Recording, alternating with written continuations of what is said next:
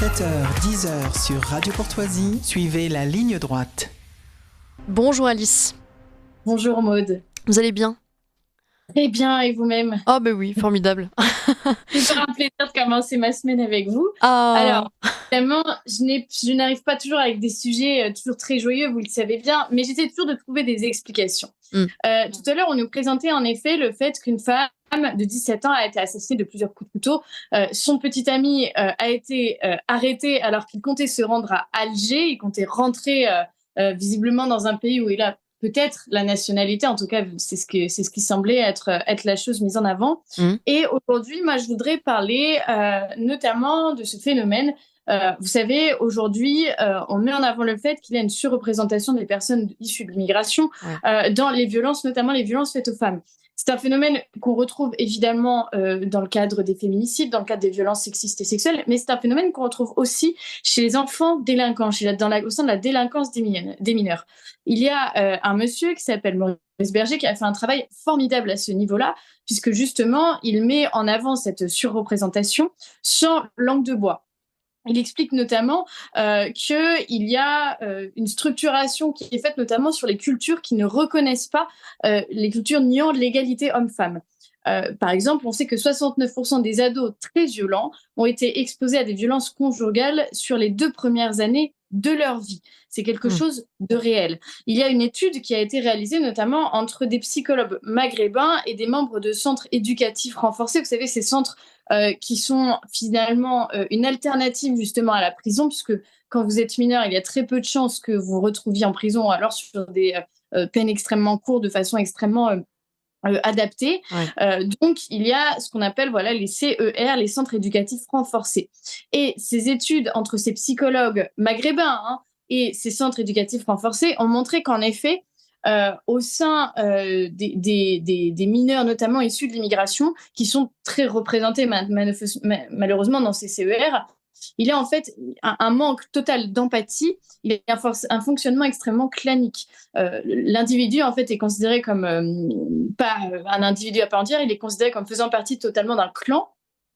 Et la seule chose qui va vraiment le faire culpabiliser sur ce qu'il a pu faire sur une femme, sur ce qu'il a pu faire sur quelqu'un dans la rue, vous savez aujourd'hui les agressions pour un regard ou pour une cigarette, c'est totalement ce qui se passe.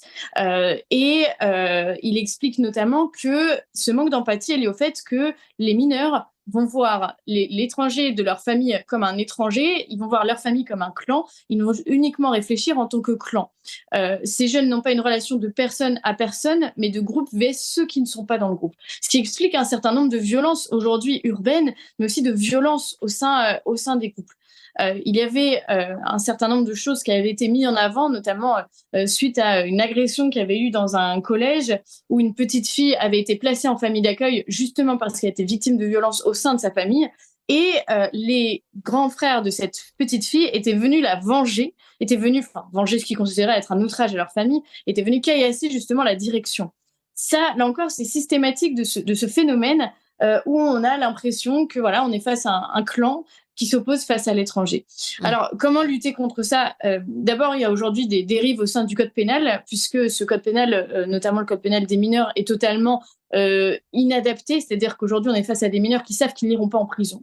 Vous savez, on parle souvent des ce qu'on appelle les mineurs non accompagnés, qui sont généralement des mineurs issus de l'immigration maghrébine ou d'Afrique subsaharienne, qu'on retrouve notamment dans l'espace public, que les policiers arrêtent régulièrement et qui sont relâchés le lendemain ou le soir même par le procureur ou par un juge.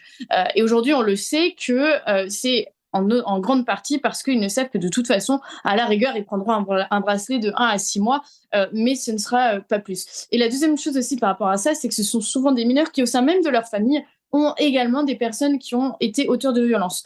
Par exemple, les mineurs envoyés en centre éducatif fermé, dans 52% des cas, un membre de leur famille est en prison. Aujourd'hui, on retrouve une violence systémique en fait dans ces familles-là, dans ces clans, où de toute façon, il y a une forme de sentiment anti-hiérarchie qui existe. On ne reconnaît pas aujourd'hui les institutions françaises. Il y a un discours, vous savez, saupoudré en plus par la gauche qui va expliquer à ces jeunes-là que de toute façon, on les a parqués, on a parqué leurs ancêtres, leurs grands-pères dans des camps et cela peut justifier qu'on n'obéisse pas ou qu'on manque de respect à tous ceux qui ne font pas partie du clan. Voilà. Et puis enfin, la solution par rapport à ça, c'est de faire pression évidemment sur les familles. On verra bien là avec Noël qui arrive si le sujet va encore être mis en avant. Plusieurs maires avaient fait une proposition justement de sucrer justement un certain nombre de subventions, un certain nombre, mais même des chèques cadeaux qui avaient été proposés à être suspendus. Ça avait fait un scandale, donc on verra bien si à l'avenir on aura justement des réponses par rapport à cela. Bon, et à suivre. Merci beaucoup Alice Cordy, c'était très intéressant. On est très heureux de commencer cette semaine aussi avec vous, vous savez. Bah oui. Merci beaucoup, à la semaine prochaine. Ouais, à la semaine prochaine Alice.